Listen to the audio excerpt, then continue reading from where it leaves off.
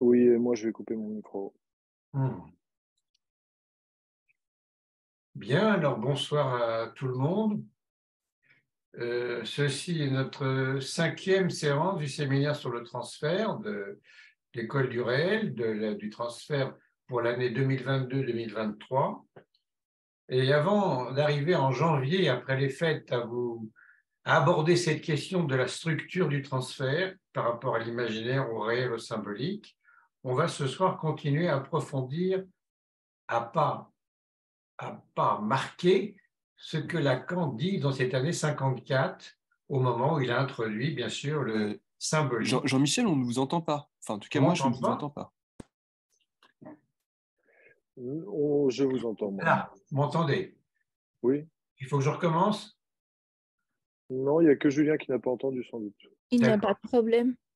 il n'y a pas de problème. Très bien. C'est la voix de Madame Tajik, ça, non? Oui, exactement. Je reconnais les voix. Donc, Pardon, c'était moi. je disais donc, avant c'était Julien.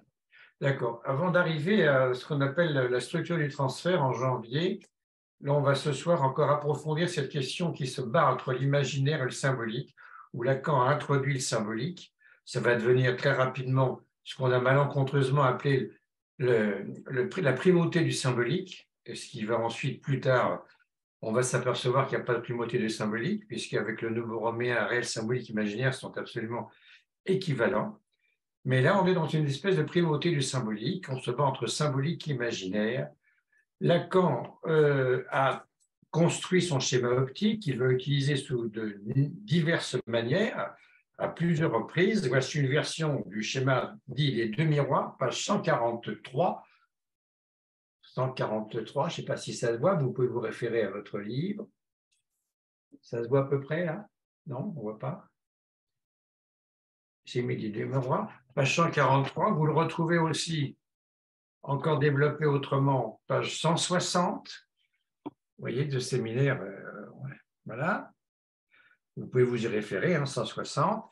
Et puis, ça va, dans le séminaire, évoluer encore et s'appeler le schéma simplifié des deux miroirs, page 187, dont on va un peu se servir, dont Lacan va se servir. Voilà, voilà. Je mets des deux miroirs. Il va lui dire miroir. Et il dit O et O prime. O et O prime. Nous avons ici deux points, O et O prime. Pourquoi O et O prime? C'est qu'une petite fille, une femme virtuelle, donc un être beaucoup plus engagé que dans le réel que les mâles, a eu un jour ce très joli mot. Ah, il ne faut pas croire que toute ma vie se passera entre O et O prime. Pauvre chou, elle se passera ta vie en O et en O prime, comme pour tout le monde. Mais enfin, elle nous dit là à quoi elle aspire. C'est en son honneur que j'appellerai ces points O et O prime. Avec ça, on doit déjà se débrouiller. Et puis plus loin, on va arriver même à la fin, quand il parle beaucoup du transfert à la fin de ce séminaire, on va arriver à une certaine formule qu'il faut que je vous montre. Cette formule, c'est celle-là. Voilà, c'est ce mouvement-là qui est important pour ce soir, où Lacan semble en fin 54 résumer qu'est-ce que c'est que le chemin d'une analyse. Vous avez d'un côté un miroir concave, de l'autre un miroir concave, un miroir plan au milieu.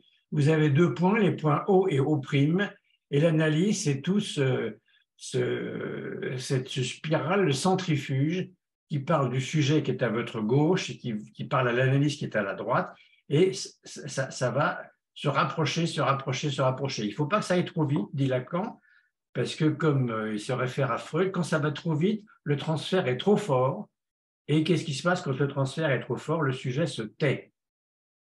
Ah, il faut doser tout ça. Voilà.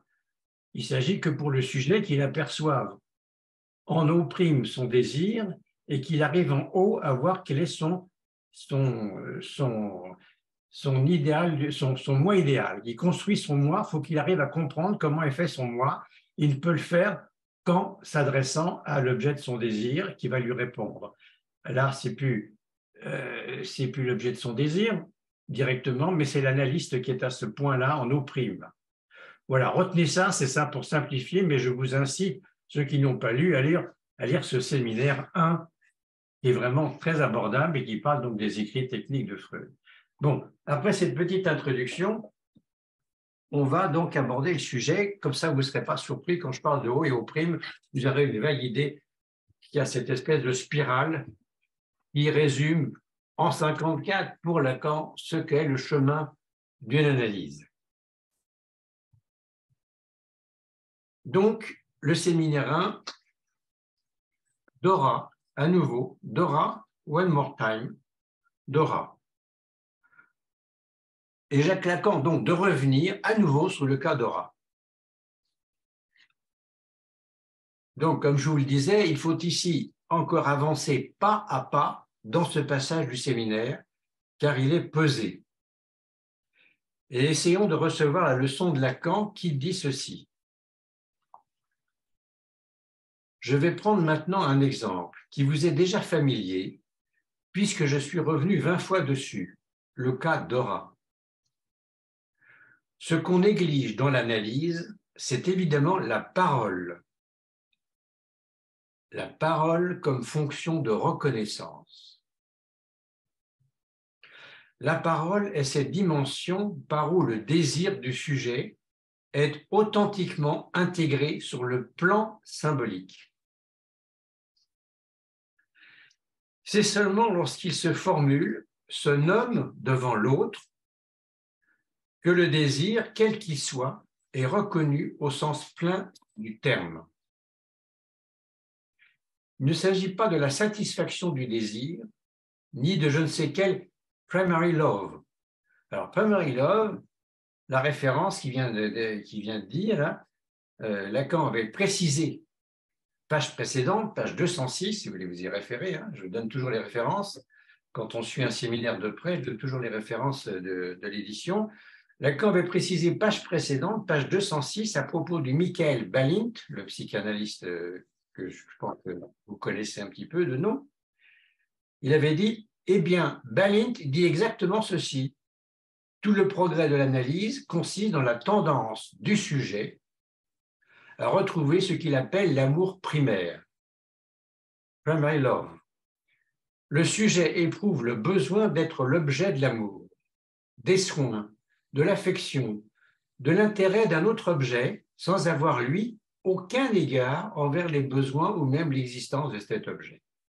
Lacan avait dit ça, mais page suivante, si je puis dire, il dit « Il ne s'agit pas de la satisfaction du désir, ni de je ne sais quel primary love, mais exactement de la reconnaissance du désir. » Un désir n'a pas besoin d'être satisfait au niveau de l'analyse. Le sujet a besoin qu'il soit reconnu. Voilà l'enjeu. Pas la satisfaction, la reconnaissance. La satisfaction, c'est pas mal non plus, hein, mais la reconnaissance. Un désir, ça veut se faire reconnaître. Rappelez-vous ce que Freud fait avec Dora. Dora est une hystérique. Freud, à ce moment-là, ne connaît pas suffisamment, il a écrit, réécrit, répété partout, en notes, et même dans le texte, ce qu'il appelle la composante homosexuelle. Ce qui ne veut rien dire, mais enfin, c'est une étiquette. Cela revient à ceci. Il ne s'est pas aperçu de la position de Dora, c'est-à-dire ce qu'était l'objet de Dora. Il ne s'est pas aperçu, pour tout dire, qu'en O', il y a pour elle Madame K. Voilà, donc je l'ai dit, page 187, schéma simplifié des deux miroirs, page 142, 160, 312. Là, on est sur la page 300. Continuons. Comment Freud dirige-t-il son intervention? Il aborde Dora sur le plan de ce qu'il appelle lui-même la résistance. Qu'est-ce à dire? Je vous l'ai déjà expliqué, dit Lacan. Freud fait intervenir, c'est absolument manifeste, son ego. La conception qu'il a, lui, de ce pourquoi est faite une fille. Une fille, c'est fait pour aimer les garçons. S'il y a quelque chose qui ne va pas, qui la tourmente, qui est refoulé, ça ne peut pas être aux yeux de Freud que ceci, elle aime M. K. Et elle aime peut-être un peu Freud par la même occasion. Quand on entre dans cette ligne, c'est tout à fait évident. Freud, pour de certaines raisons qui sont également liées à son point de départ erroné, n'interprète même pas à Dora les manifestations de son prétendu transfert à son égard, ce qui lui épargne au moins de se tromper ici. Simplement, il lui parle de Monsieur K. Qu'est-ce à dire? Sinon qu'il lui parle au niveau de l'expérience des autres. C'est à ce niveau que le sujet a à reconnaître ses désirs. Et s'ils ne sont pas reconnus, ils sont comme tels interdits. Et c'est là que commence en effet le refoulement. Eh bien, alors que Dora en est encore à ce stade, ou si je puis dire, elle a appris à ne rien comprendre, Freud intervient au niveau de la reconnaissance du désir, à un niveau en tout point homogène à l'expérience de reconnaissance chaotique, voire avortée, qui a déjà fait sa vie. Freud est là qui dit à Dora « Vous aimez Monsieur K ». Il se trouve qu'il est dit en plus assez maladroitement pour que Dora cesse immédiatement. S'il avait été à ce moment-là initié à ce qu'on appelle l'analyse des résistances, il lui aurait fait déguster par petites bouchées. Il aurait commencé à lui apprendre que telle ou telle chose était chez elle une défense. Et, à force, il lui aurait en effet enlevé toute une série de petites défenses. Il aurait ainsi exercé, à proprement parler, une action suggestive, c'est-à-dire qu'il aurait introduit dans son ego un élément, une motivation supplémentaire. Freud écrit quelque part que le transfert, c'est ça. Et d'une certaine façon, il a raison, c'est ça. Seulement, il faut savoir à quel niveau. Car il aurait pu progressivement assez modifier l'ego de Dora pour qu'elle fasse un mariage, aussi malheureux que n'importe quel mariage, avec Monsieur K. Si l'analyse, au contraire, avait été correctement menée, qu'est-ce qui aurait dû se passer? Qu'est-ce qui se serait passé si, au lieu de faire intervenir sa parole en O', c'est-à-dire de mettre en jeu son propre ego dans le but de repétrir, de modeler celui de Dora, Freud lui avait montré que c'était Madame K qu'elle aimait. En effet, Freud intervient au moment où, dans le jeu de bascule, dans le jeu de bascule, le désir de Dora est en O', où elle désire Madame K, donc. Toute l'histoire de Dora est dans cette oscillation, où elle ne sait pas si elle n'aime qu'elle-même, son image magnifiée dans Madame K, ou si elle désire Madame K. C'est très précisément parce que cette oscillation se produit sans cesse, parce que cette bascule est perpétuelle, que Dora n'en sort pas. C'est au moment où le désir est en O' que Freud doit le nommer, car à ce moment-là, il peut se réaliser. Si l'intervention est assez répétée et assez complète, la Verliebtheit, l'amour, la Verliebtheit qui est méconnue, brisée, continuellement réfractée comme une image sur l'eau qu'on n'arrive pas à saisir, que la Verliebtheit peut se réaliser. En ce point, Dora pourrait reconnaître son désir, l'objet de son amour, comme étant effectivement Madame K.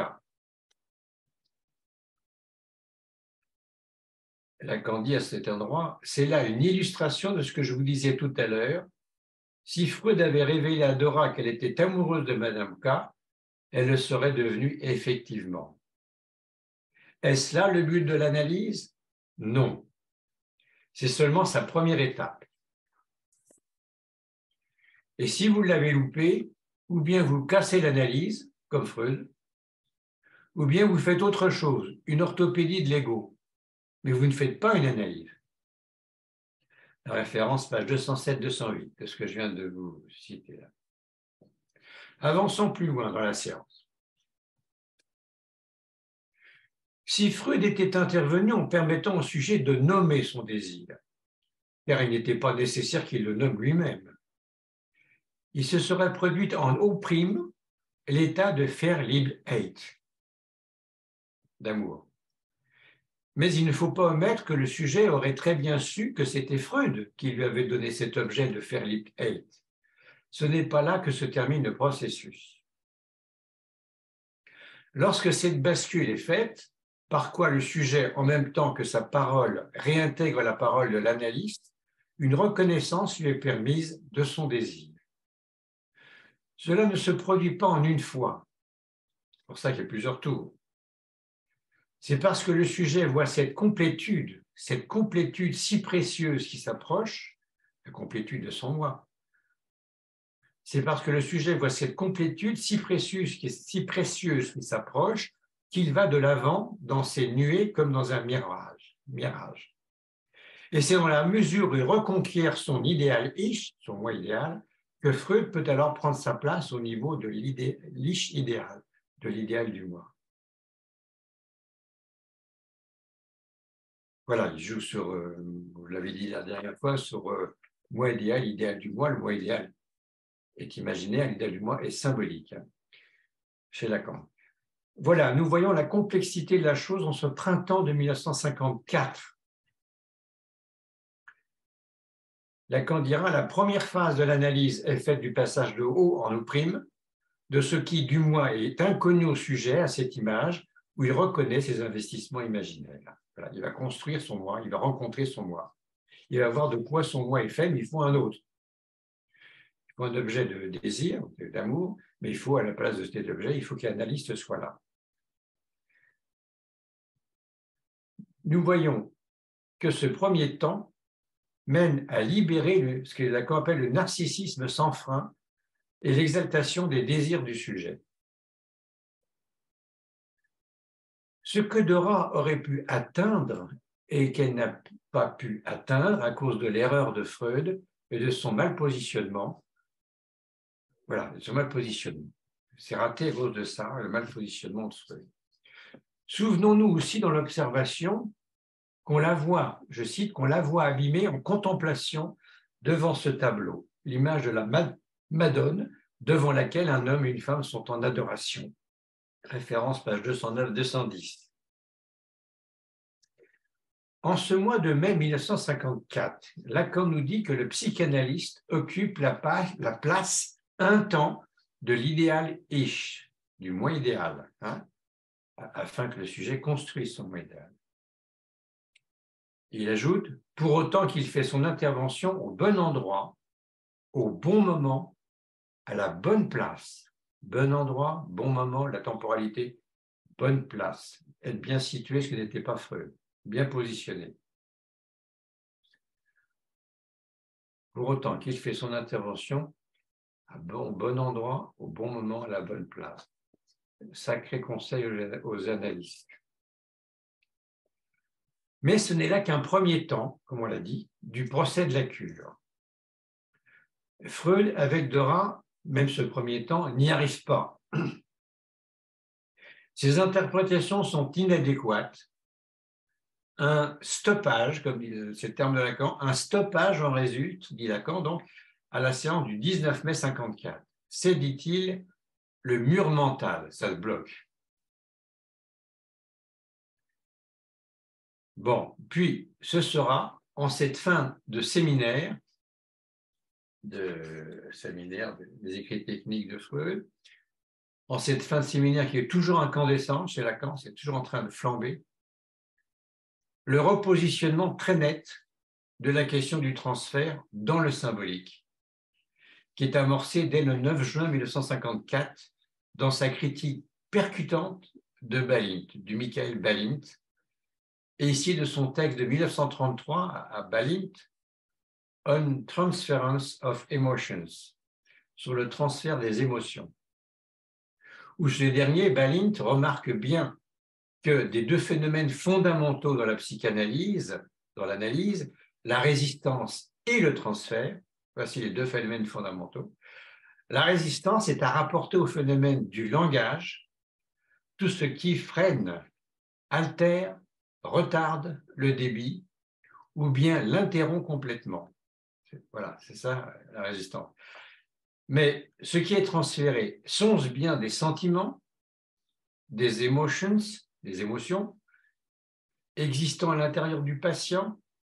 Non, va répondre Lacan. Non, c'est stupide. Bon. On va revenir là-dessus. Et le terme d'une analyse n'est pas ce que croit Balint, va nous expliquer Lacan. À savoir, pour Balint, cet état d'éruption narcissique, mais bien plutôt, dit Lacan, du côté de l'un des distiches écrits par Johannes Scheffler sous le nom d'Angelus Silesius au début du XVIe siècle, rédigé pendant ses études de médecine, le 30e du second livre du Pèlerin chérubinique. Le Pèlerin chérubinique est une œuvre importante. Alors c'est en allemand et on va le traduire.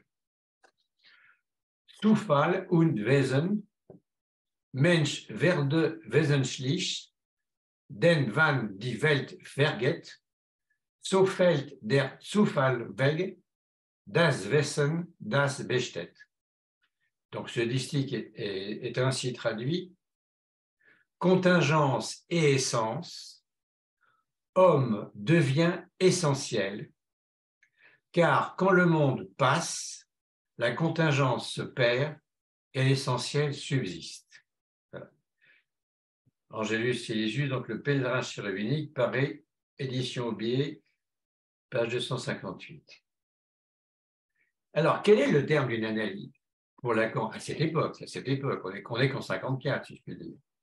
Ben, il répond, alors j'ai extrait un crépuscule, il dit, un crépuscule. Il dit aussi un déclin imaginaire du monde. Il dit aussi une expérience limite de la dépersonnalisation.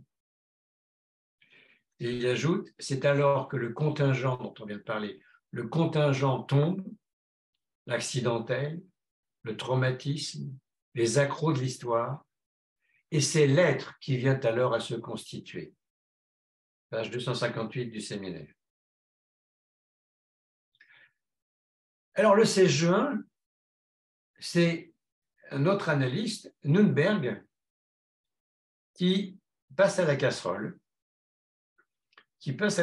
avec son texte de 1951, selon un peu tous les gens qui ont écrit sur le transfert à cette époque-là, avec son texte de 51, Transference and Reality, qui place tout au niveau de l'imaginaire et de sa reproduction dans l'analyse. Alors que Lacan, lui, va faire porter la question, au contraire, sur la parole, le symbolique et le temps, temporalité. Énonçant que, je cite là, Lacan, je cite Lacan, la parole a fonction créatrice, et qu'elle fait surgir la chose même qui n'est rien d'autre que le concept. On est dans un Lacan encore hegelien. Héraclite, dit Lacan, Héraclite nous le rapporte, si nous instaurons l'existence de choses dans une mouvance absolue, telle que jamais deux fois le courant du monde ne passe par la même situation. Vous connaissez cette expression, on se baigne jamais dans une rivière dans la même eau. C'est la même rivière, c'est l'eau, mais ce n'est pas la même eau parce qu'elle coule. Une mouvance absolue telle que jamais deux fois le courant du monde ne passe par la même situation, c'est précisément parce que l'identité dans la différence est déjà saturée dans la chose. Bon, c'est de là que, dit Lacan, c'est de là que Hegel déduit que le concept est le temps de la chose. Bon, c'est la philo, on va laisser ça de côté, mais vous allez entendre quand même pourquoi on dit ça. Rappelons-nous ici ce que dit Freud, que l'inconscient est hors du temps. Il se place hors du temps. C'est très étonnant parce que c'est comme le concept de Hegel. Alors, je ne sais pas si Freud était très hegelien, mais c'est la même chose. Et Lacan va dire parce qu'il est lui-même le temps, l'inconscient, le temps pur de la chose, et qu'il peut comme tel reproduire la chose dans une certaine modulation dont n'importe quoi peut être le support matériel. Et Lacan précise aussitôt, il ne s'agit pas d'autre chose dans l'automatisme des répétitions. Cette remarque nous mènera loin jusqu'au problème de temps que comporte la pratique analytique. C'est la pratique analytique, page 267 du séminaire. Alors, cette dimension de la temporalité, qui va prendre de plus en plus d'importance, sera constamment à reprendre dans l'analyse avec la question de la parole.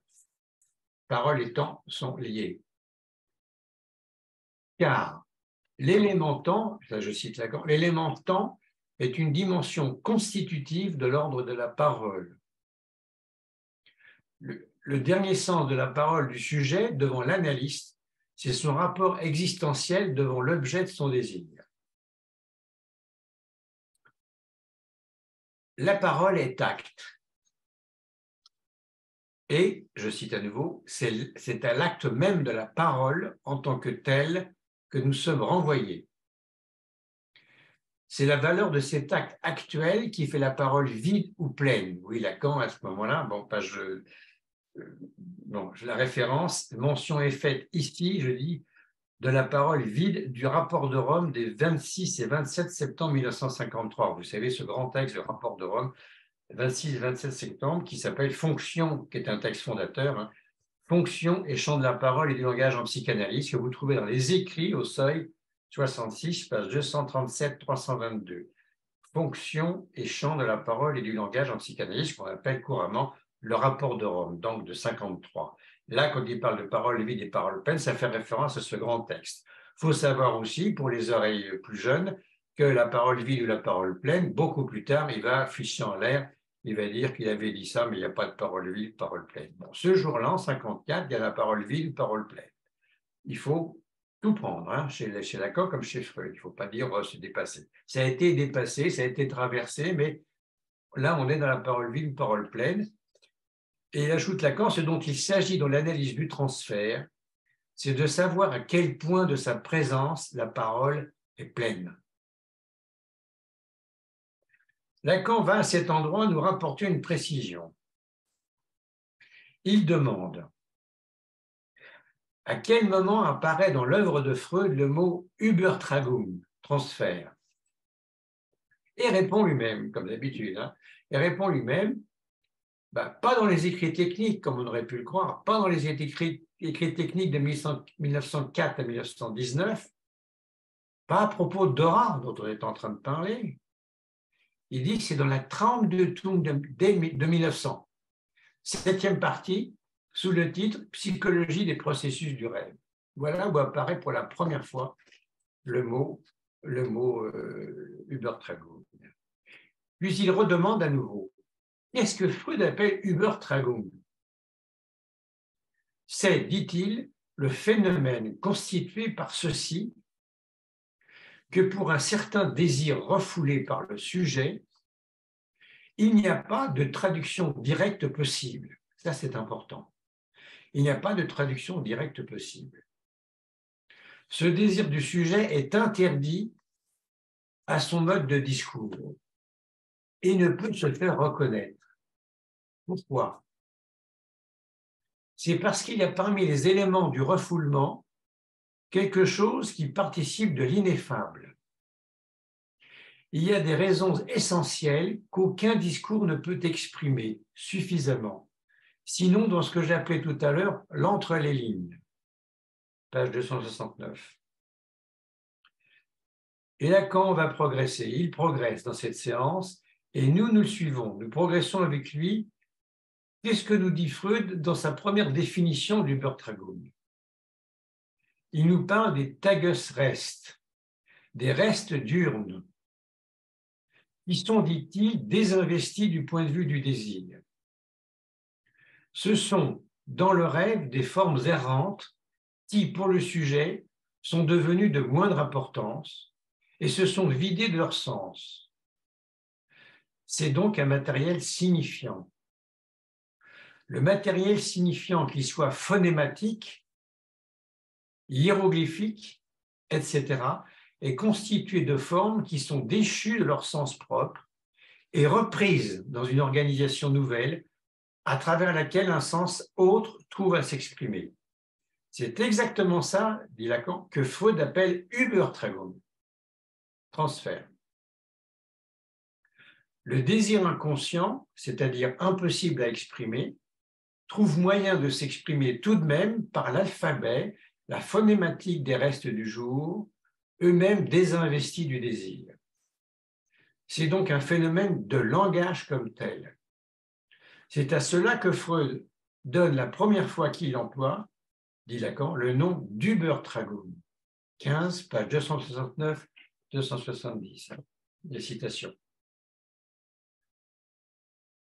Cette précision qu'apporte Lacan, c'est que c'est seulement sur le plan du symbolique, à la fin de ce séminaire, c'est seulement sur le plan du symbolique que la fonction du transfert peut être comprise. Il a basculé. C'est seulement sur le plan du symbolique. Autour de ce point central s'ordonnent toutes les manifestations dans lesquelles nous la voyons nous apparaître, et c'est cela jusque dans le domaine de l'imaginaire. L'imaginaire, quelque chose qui t'atteint, mais c'est le symbolique qui est le plus important à ce moment-là.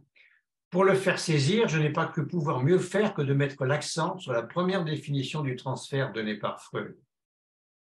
Ce dont il s'agit fondamentalement dans le transfert, écoutez bien ça, c'est superbe, c'est de la prise de possession d'un discours apparent par un discours masqué.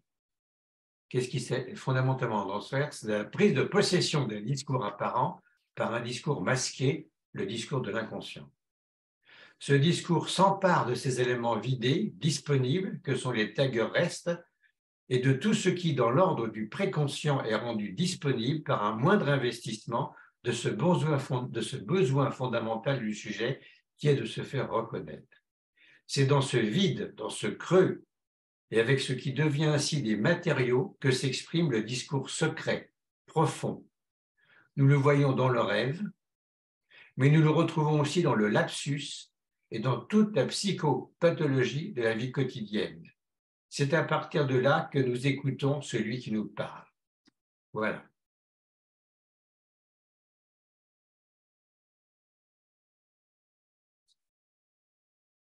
Vous voyez ce tricotage entre symbolique et imaginaire. On est parti de l'imaginaire. Là, c'est le symbolique qui domine. Le transfert, il est essentiellement symbolique dans la parole, donc dans le langage. Nous en sommes là ce soir, pour la fin de l'année. Bonne fête, bien sûr.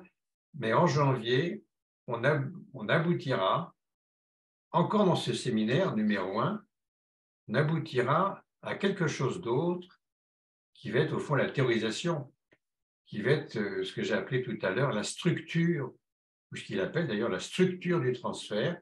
Cette structure, ça va consister à parler du transfert dans le rapport du transfert à l'imaginaire, le rapport du transfert au symbolique et le rapport du transfert au réel. Vous voyez qu'on est déjà dans un nœud borroméen, on est déjà dans la tripartition réel, symbolique, imaginaire. Il est en train de tricoter le transfert avec les 3 registres. On avait l'imaginaire, on a fortement maintenant le symbolique, il va falloir introduire le réel progressivement, mais ça va se faire très progressivement. C'est pour ça que j'y vais pas à pas pour vous montrer une fois pour toutes peut-être, ou une fois et puis c'est tout. Une fois comment ça s'est construit, non pas directement aller au résultat. Après, au résultat, on fait que le répéter comme une petite musique, comme une parole, comme la bonne parole de Lacan. Non, il faut voir comment ça s'est construit. Et se bagarrer à l'époque avec d'autres analystes. On a cité Nürnberg, les Anglais, Nürnberg, Balint.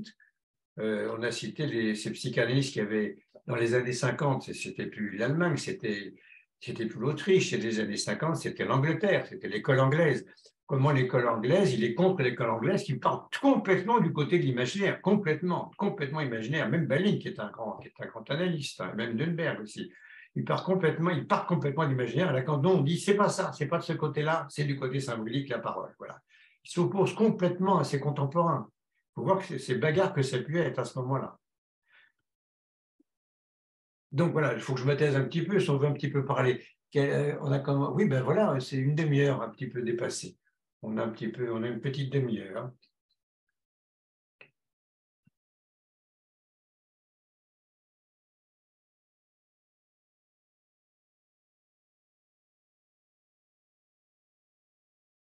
Je ne veux pas vous assommer, mais je crois qu'il faut connaître petit pas par petit pas.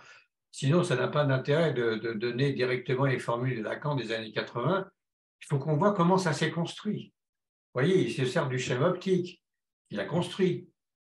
Après, on verra en janvier qui se sert du schéma L, qui se sert du… Le grand hôte n'est pas là encore, le fameux grand hôte. Quand il dit l'autre, c'est le petit hôte. Hein. Il n'y a pas de grand hôte. Le grand hôte va arriver. Je vous en ferai part en janvier, c'est la bonne nouvelle. Le grand hôte va arriver, il va falloir tricoter avec le grand hôte.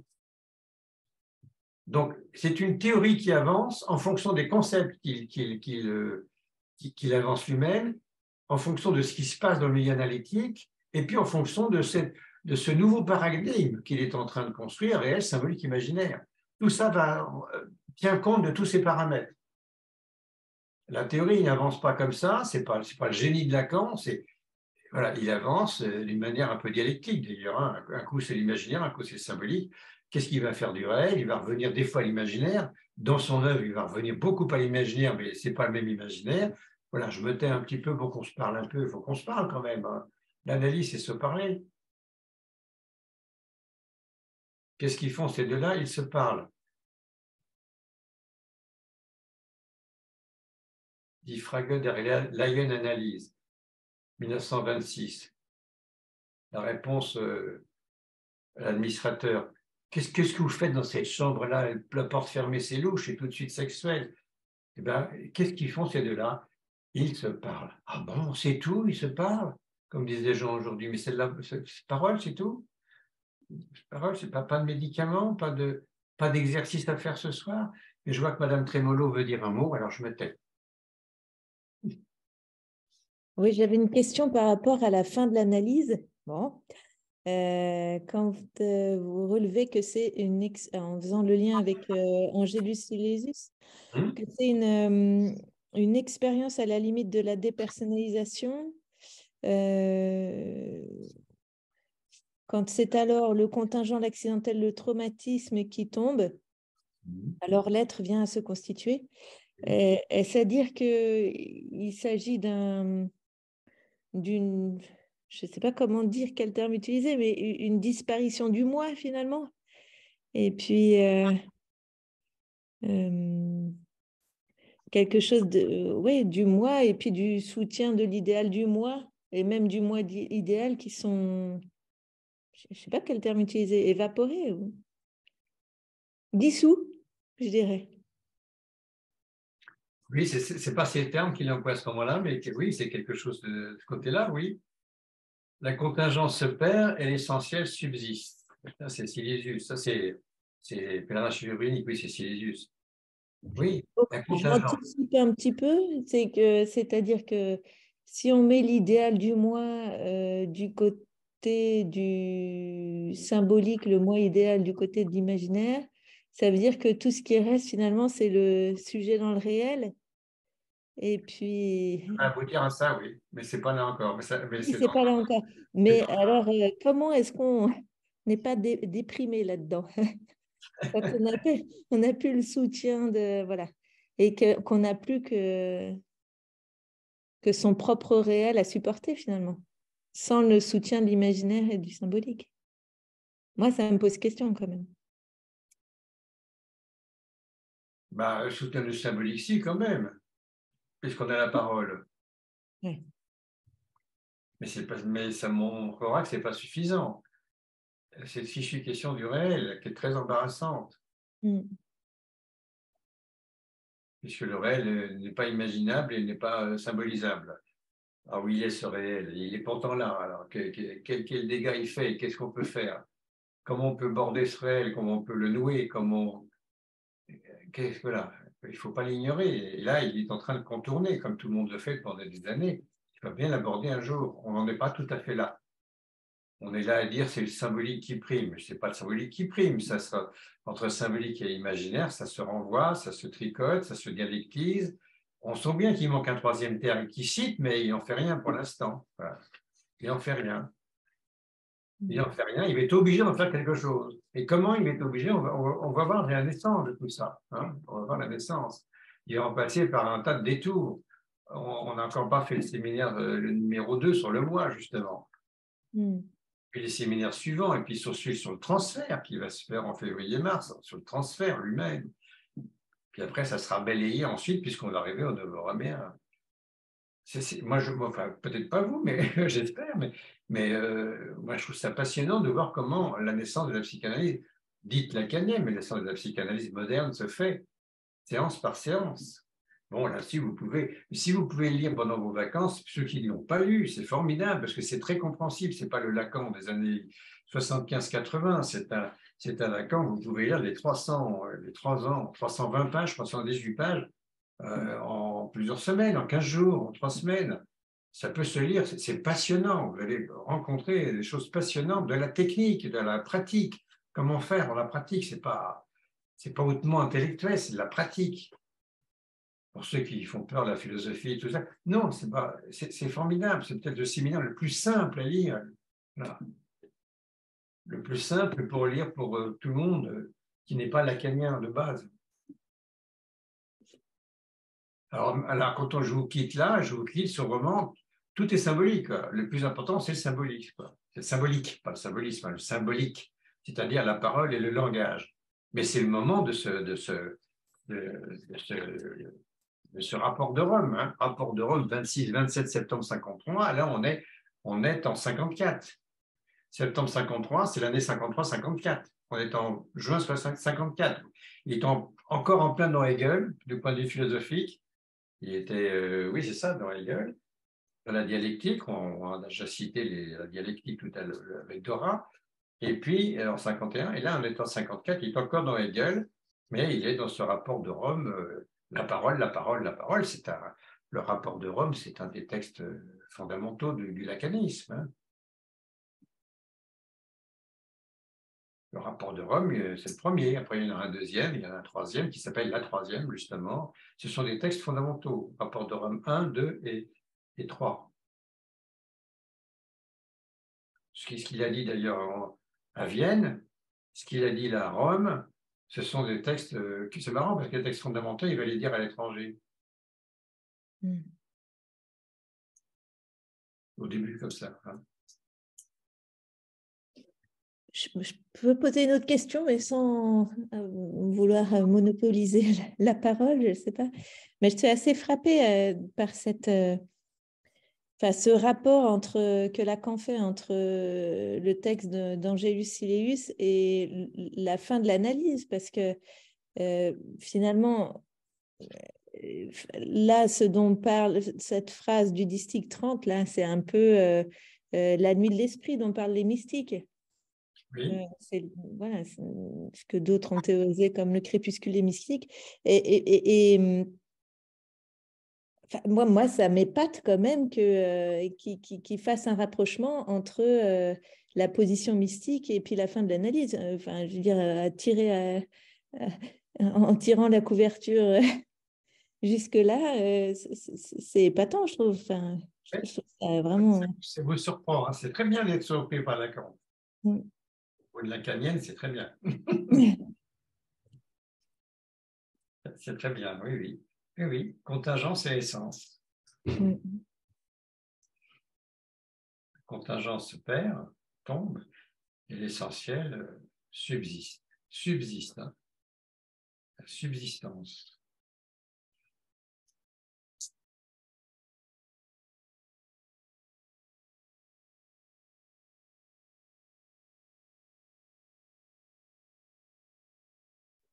Du coup, moi, ça me fait penser, essence, ça se rapproche du sujet, là. Essence, vous dites? J'ai pas entendu. Oui, ben, ça rejoint ce que disait Mme Tremblot, mais contingence, c'est du côté du moi et essence du côté du sujet. C'est le sujet qui subsiste à la fin de l'analyse, ou je suis pas du tout. Si, bien sûr, essence, c'est du côté du sujet. Contingence, c'est quel côté, alors? Ce qui est contingent dans la langue française, c'est ce qui arrive là comme ça, mais qui est quoi? Comment vous retenez contingence? Contingence, c'est ce qui est contingent, quoi. C'est ce qui arrive comme ça, sans. C'est le réel. Ça serait le réel, oui. Et l'essence, ça serait du côté du sujet, comme Lacan parle du sujet, hein, par rapport au moi, oui.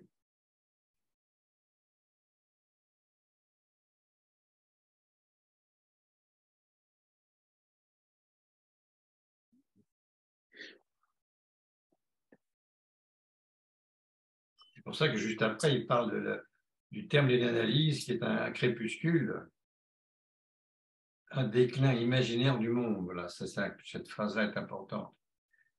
Et jusqu'à une expérience à la limite de la dépersonnalisation.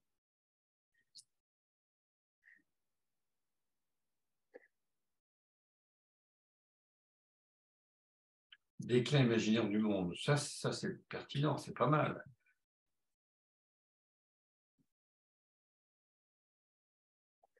Le déclin du rapport imaginaire au monde, c'est ça? Non, oui, déclin du monde qui nous apparaît, mais qui en fin de compte, c'est imaginaire. Oui, c'est ça. Est-ce que je me suis dit déclin imaginaire du monde ou déclin du monde imaginaire? Ouais. Ça se rejoint. C'est des déclins du monde comme étant cet imaginaire qui nous abuse, dont on s'angoisse avec le climat, avec la guerre et tout ça. Ça ne veut pas dire que ce n'est pas réel. Ça veut dire que c'est essentiellement imaginaire, pas au sens de. Ça ne veut pas dire que c'est faux, hein, mais c'est de l'imaginaire. Ça gonfle comme l'imaginaire. L'imaginaire, c'est une baudruche, ça se gonfle. Oui. C'est dégonfler cette baudruche de l'imaginaire. Ça ne veut pas dire nier qu'il y ait la guerre ou nier que le climat, la planète flambe. C'est de faire autrement, en dégonflant d'abord l'imaginaire. Pour peut-être aborder réellement le sujet, sans se dire « Ah bon, ah ma pauvre dame, les Russes, oui, les tortures, oui. » Tout ça est vrai, mais il faut dégonfler cet imaginaire pour d'ailleurs mieux aborder la question de la guerre ou de la planète.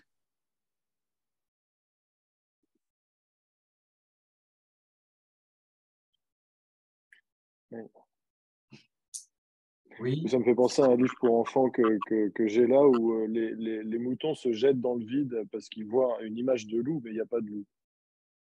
Ah, c'est ça, l'image suffit, ben voilà. L'image suffit pour qu'ils se jettent dans le vide, ça me fait penser à ça. Exactement. Il y a un mouton qui s'en fiche et qui fait sa vie, un seul. Et les noirs, non, celui-là, non. Il n'est pas noir, mais Il est ailleurs. Il broute ailleurs, oui, il mange du symbolique.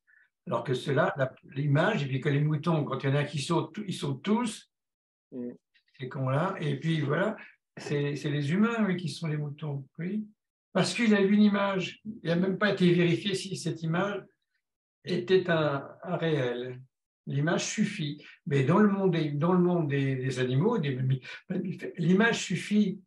Quand vous avez un chien qui veut vous agresser, vous mordre, si vous avez un parapluie, ouvrez le parapluie. Si le chien ne voit plus rien, arrête. Vous mettez au cirque, vous mettez un cercle de papier et vous mettez le tigre. Au début, il faut lui apprendre à traverser le cercle parce que le cercle de papier l'arrête. Il s'arrête devant le cercle. Je pense que c'est un mur en béton.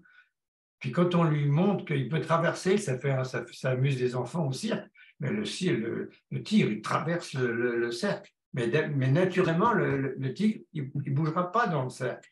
Comme le chien, pour un temps, hein, il s'arrête devant le parapluie ouvert quand il voit plus, quand il n'y a plus d'image, quand il n'y a plus d'image, voilà, quand il n'y a plus d'image, les mammifères et les humains, comme les moutons que vous dites là, voilà, c'est ce qui prime, c'est l'imaginaire. Et Lacan est en train de démontrer non, c'est pas ça qui prime. À ce moment-là, ce qui prime, c'est plutôt le symbolique, c'est-à-dire tout simplement la parole, le langage. C'est la parole qui prime, c'est l'humain. Alors que les autres, ils s'en sont encore dire, c'est l'imaginaire. Et la fin d'Anélie, ça serait un narcissisme, une narcissisation du sujet. Ben non. Si pour sortir avec un moi en béton, c'est pas la peine de faire une analyse. Hein. Il faut que le moi soit quand même déconstruit, qu'il y ait du sujet. Donc voilà, ce qui est en train de se jouer, c'est entre l'imaginaire et le symbolique. Mais ça ne va pas en rester là, vous allez voir, c'est plus complexe que ça. Alors c'est très bien, les moutons qui sautent là, oui, oui. C'est très bien, c'est ça. Et généralement, les humains, c'est ça, c'est une bande de moutons. Oui, je trouvais ça que ce soit marrant que ce soit dans un livre pour enfants, parce qu'on a envie de dire tout est dit quoi, dans un livre pour enfants. Eh oui, mais les enfants, c'est très sérieux, ils sont très intelligents, plus que les adultes. Je crois qu'ils comprennent bien de quoi il s'agit.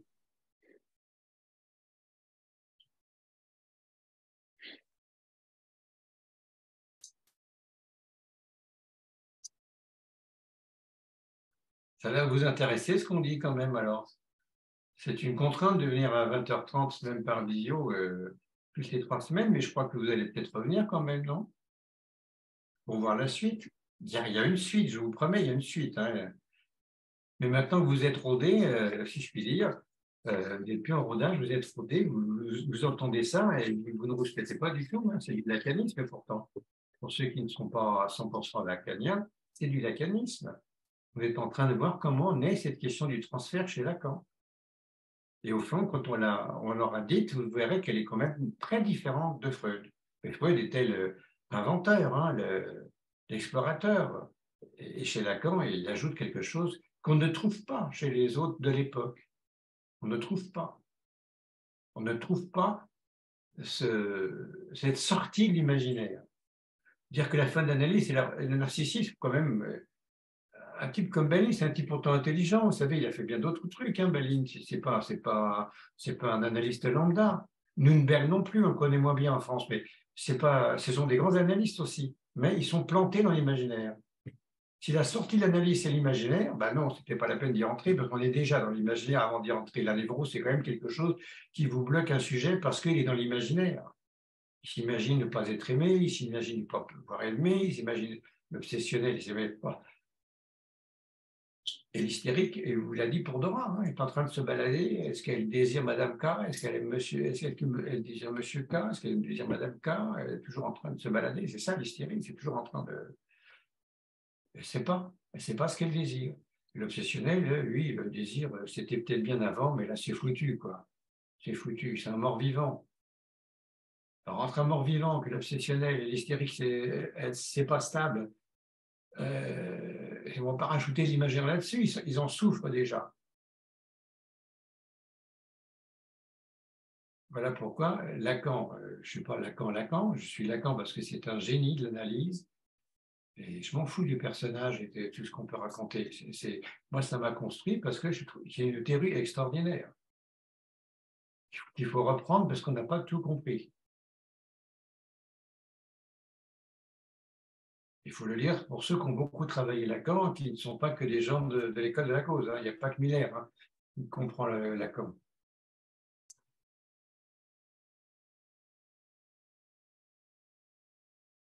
Mais qui lit maintenant? Qui lit le séminaire 1? Personne. On va toujours dans le Novoroméen et tout ça, dans les cartels et les trucs. Qui lit le séminaire 1? Voilà. Nous, on le lit. Je vous aide à le lire avec moi. J'essaie d'en sortir l'essentiel concernant le transfert, jusqu'à un séminaire qui va s'appeler le transfert. Il dit plein de choses sur le transfert, hein, mais il y a un moment, ils se sont obligés de faire un séminaire, le transfert. Et ça ne sera pas suffisant, parce qu'on sera en 60, 61, ça ne sera pas suffisant. Il y aura encore des trucs sur le transfert après. Qu'est-ce que devient le transfert quand il invente le Novoroméen? Quand il se met à nouer reste à week imaginaire, quand il se met à faire de la topologie et de la nodologie.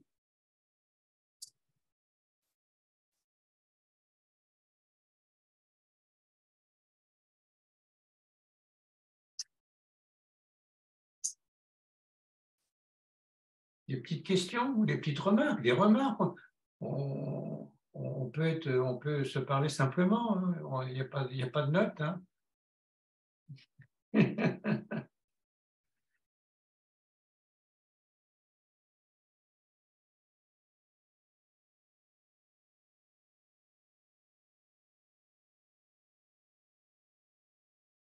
Ça vous fait penser à votre vie, ça vous fait penser, ça c'est personnel, ça vous fait penser à votre pratique pour ceux qui sont des praticiens, psychanalystes, psychologues, psychiatres, ça vous fait penser à des choses, ça vous fait faire des remarques, ça vous ouvre un petit peu la comprenette, comme disait Lacan.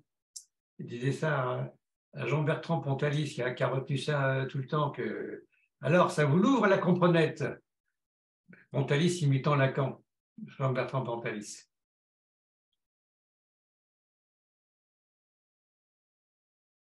Il s'agit de nous ouvrir à comprendre tous ensemble, là, amicalement, sur ces questions difficiles. Hein, difficiles.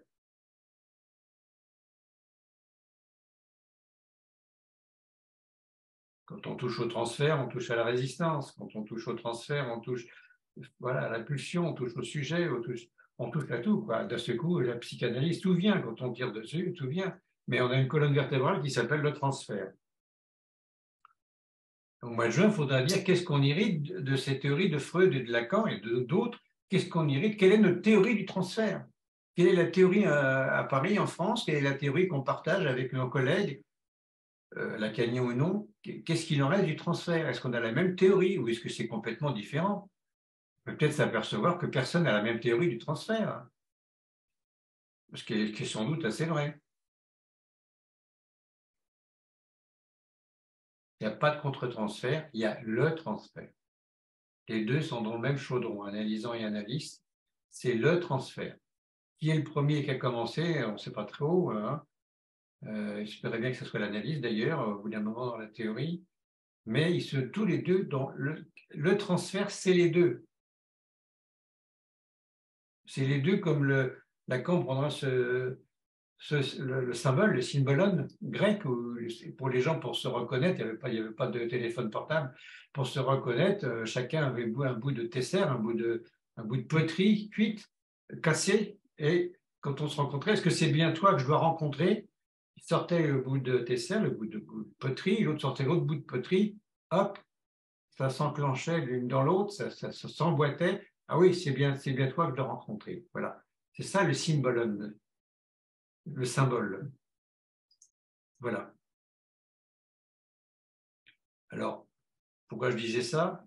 Parce qu'il n'y a pas de contre-transfert. Oui, il n'y a pas de transfert et de contre-transfert, il y a le transfert. Les deux sont responsables, sont fautifs, j'en sais rien, sont responsables et c'est le transfert. Et vous avez vu que chez Freud, par exemple, comme tout bon médecin, le transfert, c'est l'autre. Si moi je suis un peu torturé par ce qu'il me dit, c'est parce que j'ai un contre-transfert. Je suis un peu sensible, je ne suis pas assez bien analysé. J'ai un contre-transfert. Attention au contre-transfert. Non, c'est pas ça. Il y a le transfert dans lequel les deux sont pris. Il va falloir se dépatouiller avec ça. L'analyste, il est supposé avoir un petit temps d'avance parce qu'il a fait son analyse. Mais ils sont dans le transfert. Freud, il a cru longtemps qu'il était dans le contre-transfert. Ben non.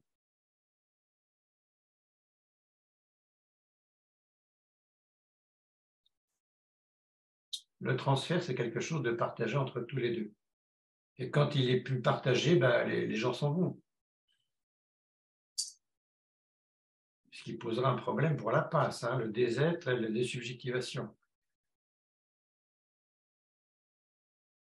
Parce que quand l'analysant analysé et dans la chute du sujet, supposé savoir, dans la désubjectivation, l'analyste, il en reçoit ce que dit Lacan, un moment de désêtre.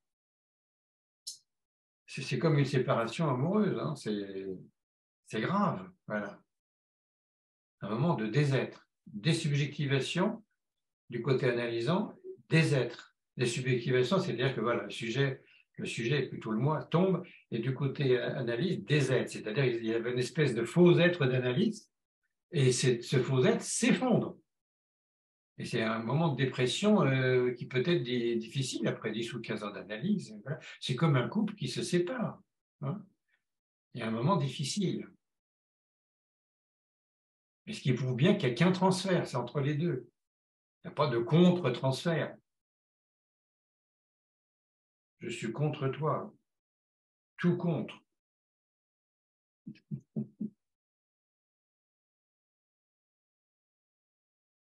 Bon.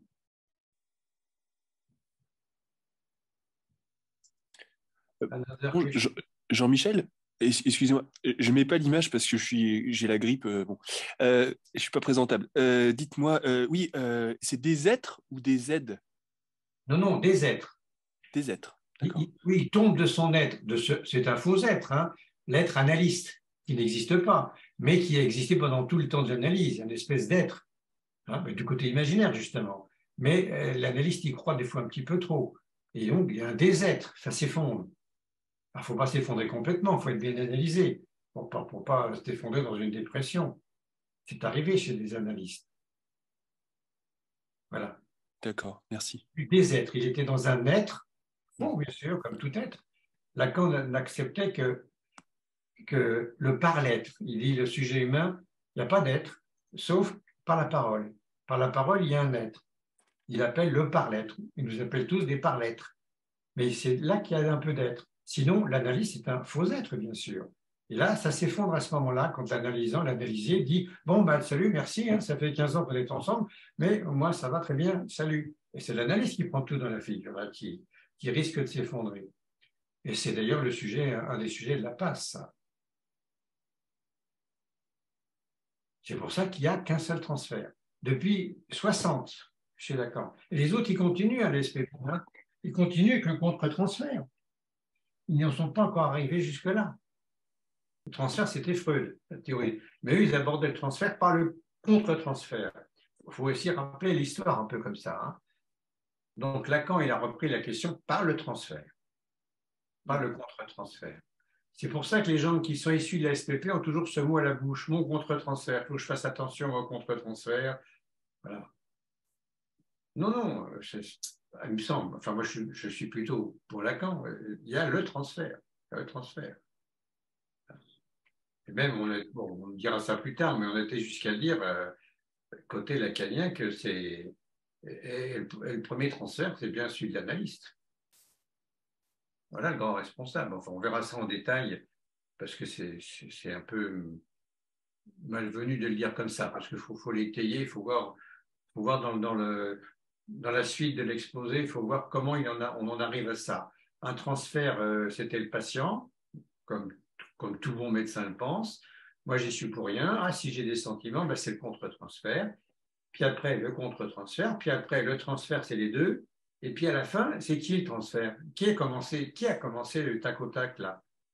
C'est le patient ou c'est l'analyste qui a accepté le patient, l'analysant? Qui a transféré? Qui a dit que vous venez me voir la semaine prochaine? Ah bon, je ne savais pas que j'allais vous voir la semaine prochaine. Qui fait la proposition? Vous voyez, des fois, c'est très difficile à cerner. Hein. Bon, enfin, ça sera pour le printemps, ça. Il faut avancer un petit peu pour l'instant. Voilà, messieurs, dames, c'est fini. Il n'y a pas de questions urgentes.